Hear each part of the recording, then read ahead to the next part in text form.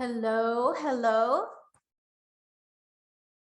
Let's see. I think I'm live on Facebook right now, and I'm live on Instagram. So I have a creative setup here. So hello, everyone. I haven't done a live in a very long time, and I'm excited that I am attempting to do both on Facebook and on Instagram. It's been so long, I can't even find my stand. So I trust everyone can see and hear me. I am excited to have this opportunity to share some divine guidance that really has been part of the week. And it's been part of, hello, those who are waving, hello. There's been a lot of guidance that's come around the idea of how significant it is. I'm moving energy to that already. How significant it is right now for us to wake up our inner fire. And in our Awaken Superhuman call, hi, Christina, and our Awaken Superhuman call this week, it was really about waking up the fire. And this magnificent master being of light showed up and really gave everyone an exercise to do in the evening and to do in the morning to really engage the power of our fire. And one of the things that I can celebrate is that we've been getting so much feedback of things that people are experiencing, the results, the motivation, the energy, like things that are happening since the call.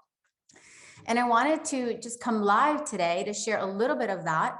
And this is going to be a very brief live, but I do want to talk about that fire, but also just highlight a few of the things that were discussed and presented in our children's call, the sensitive intuitive community, in which they were addressing a lot of things that some of the kids are experiencing regarding sensitivities to food. And I know that everyone joining here is majority adults. And the reason that I'm bringing this up is because there are some of you who are having a heightened sensitivity to food right now, to water and things like that. So those are the things that I'm going to just highlight really quickly during this live. Again, I'm trusting I'm being seen on both platforms right now. But let's start with the fire. So one of the things that they were highlighting and celebrating that in 2022, there's this, thank you, they're audibly saying there's this deeper collective yearning to wake up the fire. And yes, with everything that's been going on, we can we can very easily point out, like, of course we want that. Of course we want things to change and get better, but this is like a different, thank you, they're calling it like a different yearning and calling from something greater. And some of you are very clearly feeling it and seeing it and yearning for it. And some of you are diluting it with the different things that are going on. You're pressing it down. Thank you. You're morphing it to be something else. But it's a very pivotal time collectively for us to wake up this inner fire. And when we spoke on Tuesday, this master being of love and light was helping us to understand that right now, especially because we're collectively beginning, especially here in our society here in the US, like we're starting the year off, right? I know it's very different around the world, but we're starting the year off. And there's this invitation for us to step into a momentum that is going to help us highlight, thank you, highlight and free ourselves into experiencing the fire in a very expansive way if we just decide to begin now. And from experience here in the beginning of the year, because collectively so many people are kind of like energetically holding hands into saying and defining, like, this is the year, right? This is the time. This is an opportunity to become this. We enter a sphere of creation, a sphere of manifestation that has us holding hands with others into manifesting and creating something powerful for ourselves. And the thing, and even with one of my coaching calls today, it's like understanding that when we are in the space of allowing and creation and witnessing what's possible with our own fire, we ultimately feed a greater collective. We ultimately feed a greater becoming that also impacts and creates this dynamic experience for all those that we love and are coming to love, they audibly just said. So I'm going to just give the evening exercise for everyone who's live. For those who joined live in the call, you know that they gave 2. So I'm inviting for those who didn't join to join us next month, because every month we're going to be delivering and offering guidance and exercise and practical ways to move things and move into action and really receiving. And the evening exercise is that people are being invited to identify where to bring the fire in areas in their life in which they're seeing, experiencing, or witnessing absence. And part of the invitation is that everyone was to go to, before they go into bed, and identify those areas and like see the fire moving through those areas. It's as if there was a surrender that was happening or taking place in which you're asking divine, source, universe, higher self, something greater, whatever you resonate with, to take over and lead you into seeing and witnessing more of that fire in those areas, right? So that there could be a new life, there could be a rebirth that doesn't require the letting go, a rebirth that doesn't require the death for things to occur, a rebirth that is ultimately euphoric and exciting and llamativo. They're saying in Spanish llamativo. Llamativo represents like it's calling you versus you feeling like you have to force yourself into it. So that's my invitation for you to explore tonight. And you could do that in many different ways. You could do it through journaling, like really journaling, like this is where I see absence and this is where I'm inviting the fire. Some people, I got visions of like dancing to a song, putting their hands in their heart and like moving their bodies as they really enter that sacred space in which they identify consciously, triggering the subconscious where there is absence and how they're saying yes to inviting the fire to move in those areas. Another way that I was being shown is like, again, just in meditation, visualizing that fire moving through those areas of absence.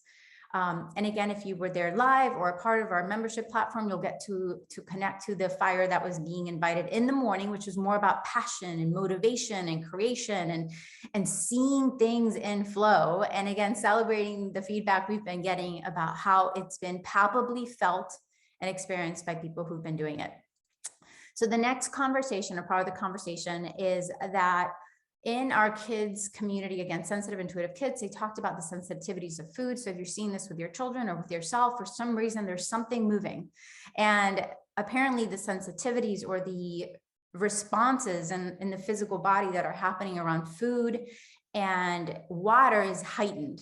So some of you, thank you. I'm audibly hearing people saying, that's me, that's me, that's me. So yes, some of you are going to be like, yep, that's me. That's what's happening right now.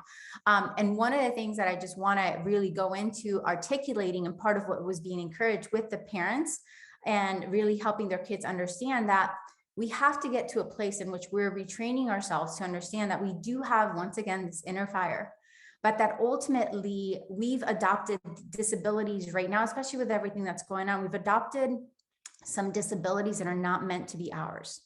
And it's very pivotal to really own for yourself, but also help your child embark in this intention, they're saying, so that they can understand that we get to decide how food moves through our body, how water moves through our body, regardless of how it's showing up or what's showing up. And the same thing with ailments.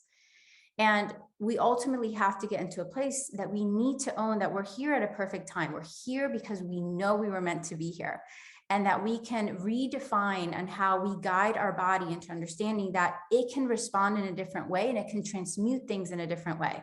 So part of what they taught the parents that day, and I'm inviting those who have kids or again, adults that are experiencing this, that you take time to really wake up, what we taught, and I'm going to make this very small exercise that you could all do. And it works. It really, really works. I mean, I've done this with people who have cancer, extreme conditions, and they're I don't want to say commanding, but it's a good way to define what I'm trying to say. And I just noticed I'm looking more on Facebook than I am on Instagram. It's as if you get to speak truth into your food, and you get to speak truth into your body and how that body and water moves through you. And you can, give the voice of love, or give the voice of wisdom, of divine recognition. And you can ask the light to wake up within the food and within the water, so that when it enters your skin, so when it enters your skin, when it enters your body, it moves into action with that decision, right? It's not just something you consume, it's moving into and through you with its purpose, with a purpose to bring more the light, to bring more the edification, to bring more of the truth of what it's really wanting to do for you. And with our culture, we've put so many rules around food, around water, about what we put in our bodies and how it's going to react and how it's going to respond and what it should be doing and should not be doing. It's like all these stories that ultimately, even if you're not doing it, you're borrowing it from others collectively. And when we take the time to give voice to what we want to experience with our food and our water, again, teaching this to our kids, we somehow give permission for something to wake up within the food and within the nutrients and within what's being consumed, for it to know what to do within our cells, within our body, within our organs. And apparently somebody's listening that has been having issues with their reproductive system. So even that, like that can modify, even with doctors, the medical field, and things that have been said that can't work.